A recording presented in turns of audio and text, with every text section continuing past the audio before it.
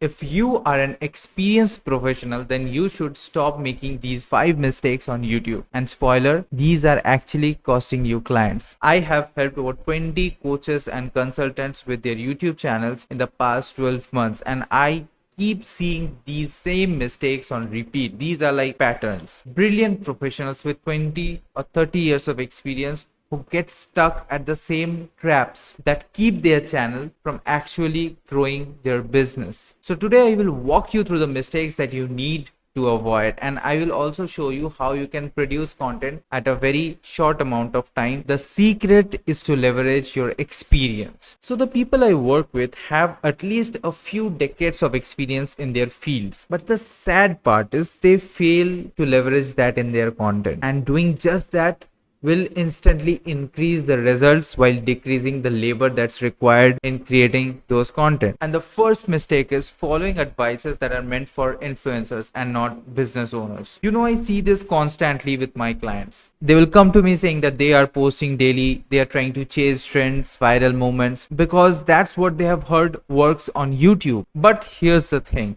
that advice is for 22-year-old influencers who are trying to become full-time content creators. That's not for experienced professionals who are trying to grow their coaching business. The biggest problem with this advice is it's built around entertainment and not expertise. And that's why when you follow this, you fail to leverage your expertise. Here's the thing, you don't need millions and millions of views to grow your coaching business. You need views from the right people to grow your business. So let me give you a quick example. I had this client, let's call her Morgan. Morgan was struggling to get meaningful traffic. So her views would go up, but the comments will not come in, or she will not get any of her calls booked. So we changed our strategy. Instead of chasing trends, we started posting case studies, client wins, her experiences, her stories. And the result was comments started flooding in,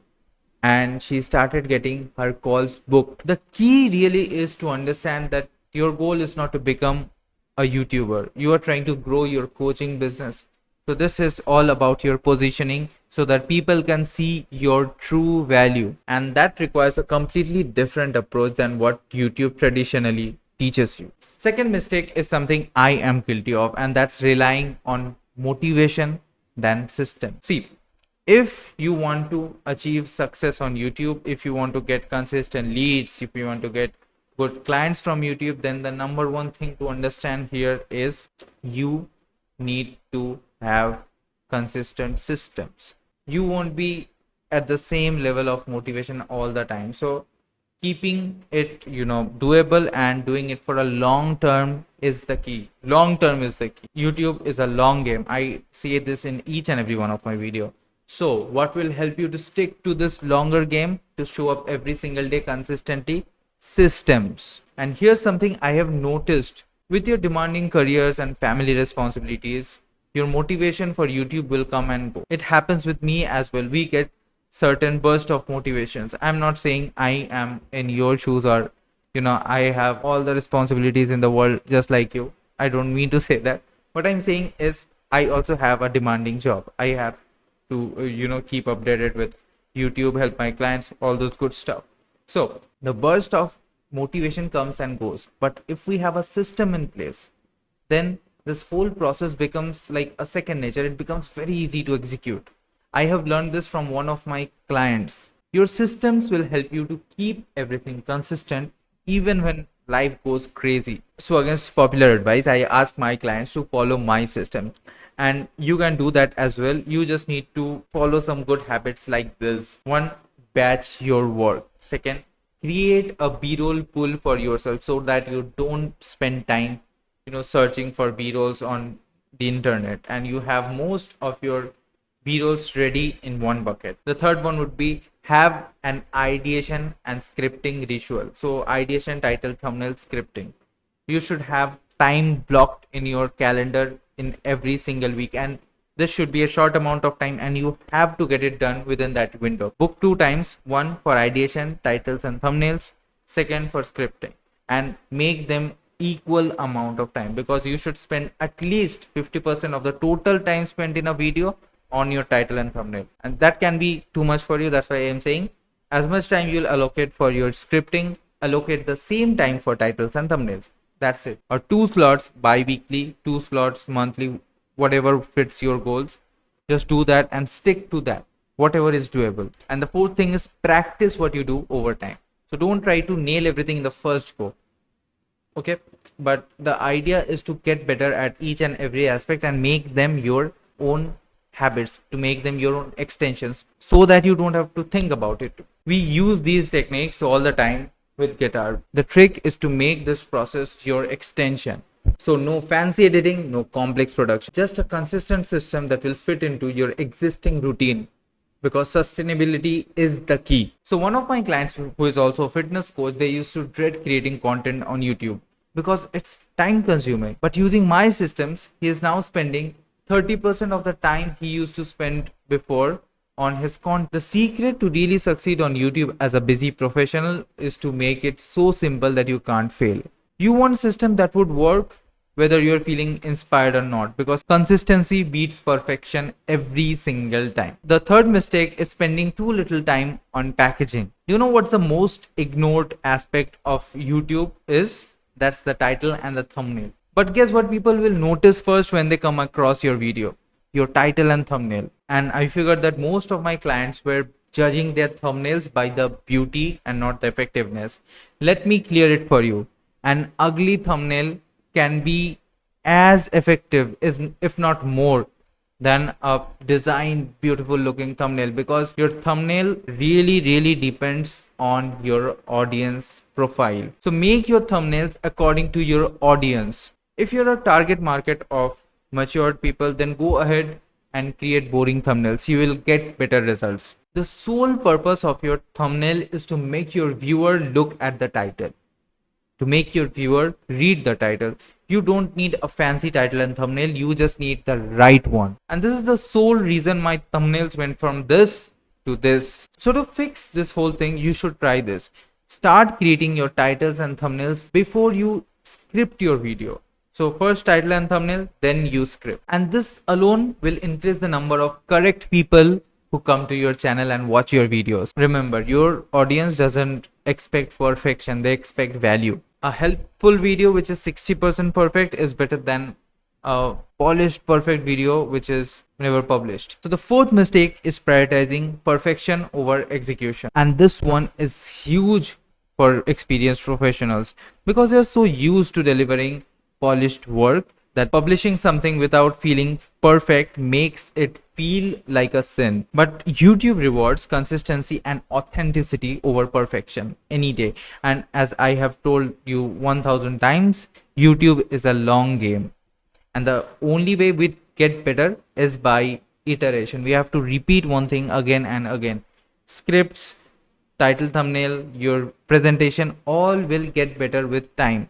You need to get used to the process, and you need to track them, or do them consistently and consciously, that you are trying to become better with every video. Your only goal should be to become better with each and every video.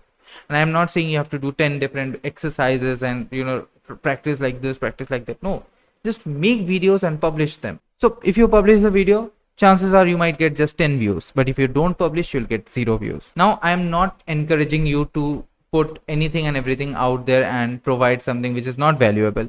I'm just encouraging you to shift your mindset. I see my clients spending weeks on one piece of content only to get a few views. And then there are instances where they put in just 30 minutes in a script, maybe 30 minutes to record, and they get an outlier video which has 8 to 10 times more views than their normal videos. The idea is to keep doing it. Just execute, just create content and put it out there. Share your stories, share case studies, and that's it. With every step you'll get better. You have to aim like that. So I did this with one of my clients. They were spending a lot of time on scripting. So what I did, I said, you don't need to script anymore. Let's just outline the video and you speak your own terms. You talk about your own stories, and you'll not believe what kind of video we ended up creating. It was packed with value. It was packed with stories. People connect with stories. If you share your stories, people will connect. The video started feeling a lot more natural and we could connect emotionally with it. That's why the video got a lot of views. It was an outlier video, and that's what I want you to know. A moderately perfect video is better than a perfect video which is never published. And then we have mistake number 5, which is having no funnel. You need to own your audience in this day and age. And this is probably the most expensive mistake that I see experienced professionals make. They will create great content, get viewers engaged. Then they have no way to convert those viewers into actual business opportunities. You don't need a complex funnel with 15 different touch points. You just need a simple system that gives your viewers the next step beyond watching more videos. Here's what I mean. Most of the professionals I work with, they think they create good enough content that people will reach out and hire them, but it doesn't work like that. Viewers need a low risk value from you before they go ahead and book a consultation call. They will give out a random free PDF expecting that it will do the trick, but it never works like that. Here's your YouTube funnel which you can start using right now. First, you need to create a digestible lead magnet, something that will give them a quick win. The key element is this should be small and this should solve a very narrow problem completely. Next, we'll drive the traffic to a landing page. Create a landing page specifically for this PDF. Call it squeeze page. And if you don't have one or you don't have the means to get one, you can get one for free from me. We are running an offer where we are giving away free landing pages and websites to our viewers. So if you're someone who needs this, you can obviously opt in for this, and the only thing we ask you is to host this landing page or website with us, because anyway you'll need a hosting platform or you'll need hosting services. Do that with us for a limited period, and that will help us to recover some of the building costs. The next thing after the landing page is the form. This form will actually collect their information, their email ID and name, and the next step from there is to send them an email. This email will have the link to your lead magnet and very small upsell or your core offer. If you have only one offer, that will be your upsell. Some people will opt in, some people will not, but this will actually make these people who opted in your audience, and you can email them every single week to re-engage with them, and that will, you have to send out the newsletters, and occasionally you can put in your offers. You'll get a lot more clients from this simple funnel. This is the funnel. You'll get a lot more clients and signups from this simple funnel. This will allow you to convert YouTube audience into your own audience. The key here is you are trying to master your message first. You are trying to make your videos as close as possible to your audience's wants, because when you're creating the title and thumbnail, the only thing you're thinking about, what will my audience click on, what will my audience like, what's the angle. That's why this is so powerful. So first, don't follow influencer advice. Second, build systems. Third, title and thumbnails first. Fourth, execution over perfection. And fifth, build your funnel. And if you need help, you can just click the link below. You can look at the websites that we have created. You can book a small strategy session or small onboarding call where we'll learn about what you want, what will be the modification, and we'll create a website with your modifications. Now, fixing these mistakes is as important as knowing them, and it starts with attracting the right audience. So you should watch this video where I show you how you can do exactly that.